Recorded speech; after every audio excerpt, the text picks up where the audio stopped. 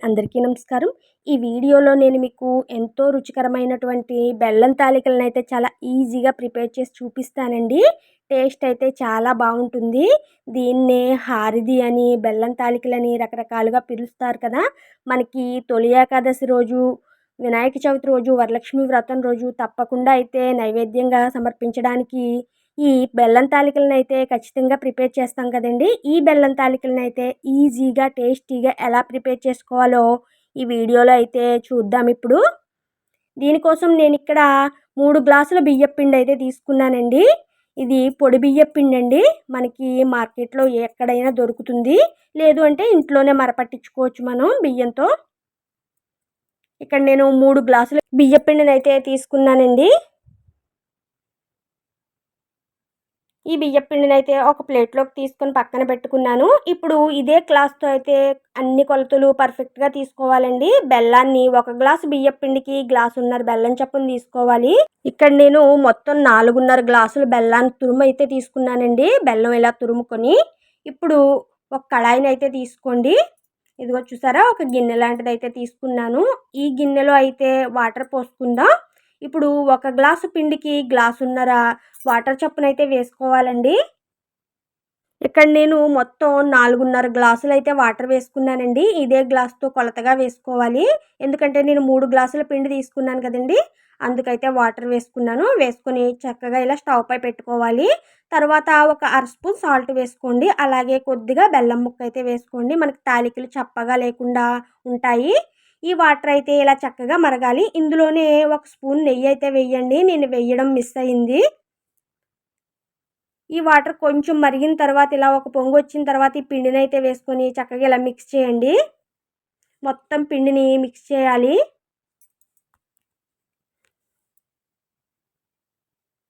Stove సిమ్‌లో పెట్టుకొని చక్కగా ఇలా కలపండి. తర్వాత స్టవ్ ఆఫ్ చేయండి. ఈ పిండిని అంతటిని కూడా ఒక పళ్ళెంలోకి అయితే తీసుకుందాం ఇప్పుడు. మనకి మొత్తం చల్లారాలండి. ఒక్కసారి ఇలా కలుపుకోండి. ఎక్కడైనా పిండి ఉంటే కలుస్తుంది మనకి. ఇదిగో చూసారా, ఇలా చక్కగా కలుపుకోవాలి. కలిపిన తర్వాత ఒక పళ్ళెంలోకి అయితే తీసుకుని ఇలా స్మాష్ చేయండి. మనకి చపాతీ పిండిని ఏ విధంగా మనం చేస్తామో అదే విధంగా చపాతీ ముద్దలా రావాలి మనకి. ఇదిగో చూసారా, ఇలా చపాతీ ముద్దలా వస్తే సరిపోతుందండి. ఇప్పుడు మరికొద్దిగా వరిపిండినైతే తీసుకోండి. ఒక చిన్న గ్లాస్‌తో టీ గ్లాస్ వరిపిండి అయితే తీసుకున్నాను. ఇంత పిండి తీసుకున్నానేంటి అనుకోకండి. మిగిలిపోతే మనం మళ్ళీ యూజ్ చేయొచ్చు. అలాగే ఒక చపాతీ పీట తీసుకొని దానిపై కొద్ది కొద్దిగా వరిపిండి వేసుకుంటూ ఈ తాలికలైతే ఒత్తుకోవాలి చక్కగా. ఇదిగో చూసారా, ఈ విధంగా అయితే తాలికలను ఒత్తుకోవాలి. మీరు ఒత్తుకునేటప్పుడు కాస్తంత పొడవుగానే ఒత్తుకోండి. ఎందుకంటే మనకి ఈ బెల్లం వాటర్‌లో ఈ తాలికలు వేసిన తర్వాత విరిగిపోతాయి. విరిగిపోయి మరీ చిన్నవిగా వచ్చేస్తాయండి. మీరు స్టార్టింగ్ చిన్నవిగా ఒత్తుకుంటే ఇలా పెద్దవిగానే ఒత్తుకొని ఒక ప్లేట్‌లోకి అయితే వేసుకోండి తాలికల్ని. మీకు మరొక తాలికనైతే చేసి చూపిస్తున్నాను చూడండి. ఇదే విధంగా కొద్దిగా వరిపిండి వేసుకొని చక్కగా ఒత్తుకుంటూ ఇలా చేసుకోవాలి. ఇదిగో చూసారా, ఇదే విధంగా మొత్తం తాలికలన్నీ కూడా చక్కగా ఒత్తుకోండి. ఇక్కడ మొత్తం తాలికలన్నీ ఒత్తాను నేను. అలాగే కొద్దిగా పిండి తొక్కబెట్టిన పిండితో ఇలా రౌండ్ బాల్స్‌లా కూడా చేసుకోవచ్చు తాలికలు కాకుండా. నేనైతే ఈ బాల్స్ అయితే కొద్దిగా చేశానండి. ఒక 15 వరకు చేశాను అంతే. రౌండ్‌గా ఒత్తుకోవడమే. స్టవ్ పై ఒక కడాయి పెట్టుకోండి. మందపాటి కడాయి అయితే పెట్టుకోండి. ఇందులో వాటర్ పోద్దాం. ఒక గ్లాసు పిండికి 3 గ్లాసుల చప్పున వాటర్ అయితే పోసుకోవాలి. నేను ఇక్కడ 3 గ్లాసుల పిండి తీసుకున్నాను గనక మొత్తం 9 గ్లాసులు వాటర్ అయితే వేసుకున్నాను. ఇదే గ్లాస్‌తో మనకి కొలతలనే ఉండాలండి. ఇక ఒక కప్పు కొబ్బరి ముక్కలనైతే తీసుకున్నాను. ఈ కొబ్బరి ముక్కల ప్లేస్‌లో మీరు తురుమును కూడా వాడొచ్చు. కొబ్బరి తురుము వేసుకోవచ్చు. మా ఇంట్లో అయితే ఇలా కొబ్బరి ముక్కలు వేస్తే తింటారని చెప్పి ఇష్టంగా కొబ్బరి ముక్కలు అయితే వేసానండి. ఇప్పుడు మనం కొలుచుకొని పెట్టుకున్నాం కదా, ఈ బెల్లాన్ని అయితే ఇందులో వేసుకోండి. మీకు నలకలుగా అనిపిస్తే కొబ్బరి ముక్కలు వేయకుండా ఫస్ట్ ఈ బెల్లం వేసుకొని బెల్లం కరిగిన తర్వాత ఆ వాటర్ని ఫిల్టర్ చేయండి. తర్వాత మళ్ళీ స్టవ్ పై పెట్టి చక్కగా ఈ కొబ్బరి ముక్కలను వేసుకోండి. నాకైతే బెల్లం బాగుంది ఇక్కడ. అలాగే ఒక అర స్పూన్ వరకు ఇలాచీ పౌడర్ వేయండి. అలాగే ఒక అర స్పూన్ సాల్ట్ వేసుకోండి. వేసుకొని ఇలా ఒక పొంగు వచ్చేంత వరకు మరగనివ్వాలి. ఈ బెల్లం వాటర్ అయితే మనకి పాకం అనేది రానవసరం లేదండి. ఇదిగో చూసారా, ఇలా మరిగితే సరిపోతుంది. ఈ టైంలో మనం రెడీగా చేసి పెట్టుకుని ఈ బెల్లం తాలికలను అయితే ఇందులో వేసుకోవాలి. మొత్తం తాలికలన్నీ వేసుకున్నాం. గరిటె పెట్టి కలపకూడదండి, విడిపోతాయి మనకి.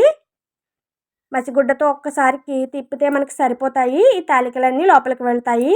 ఇదిగో చూసారా, కొంచెం పిండి అయితే మిగిలింది కదా, ఈ పిండిని అయితే ఒక గిన్నెలోకి తీసుకున్నాను. ఒక 3 స్పూన్ల వరకు పిండి తీసుకోండి. మీకు మిగలకపోతే చేసిన పిండిలో అందులోనే కొద్దిగా వాటర్ వేసుకుని ఇలా కలపండి. మనకి పిండి పాలన అయితే తయారు చేసుకోవాలి. ఎందుకంటే మనకి ఈ హారిది అనేది కొంచెం చిక్కగా వస్తుంది. ఇదిగో చూసారా, 10 నిమిషాల తర్వాత మీకు చూపిస్తున్నాను. ఉడుకుతూ ఉన్నాయి కదా, మనకి ఉడికిందో లేదో ఒక్కడ తీసుకొని చెక్ చేసుకుంటే సరిపోతుంది. మీకు ఇప్పుడు అది కూడా చూపిస్తాను. ఒక ప్లేట్లోకి అయితే వేసుకొని చక్కగా చెక్ చేసుకోవచ్చు. ఇదిగో చూసారా, మనకు చక్కగా ఉడికిపోయింది తాలికలు.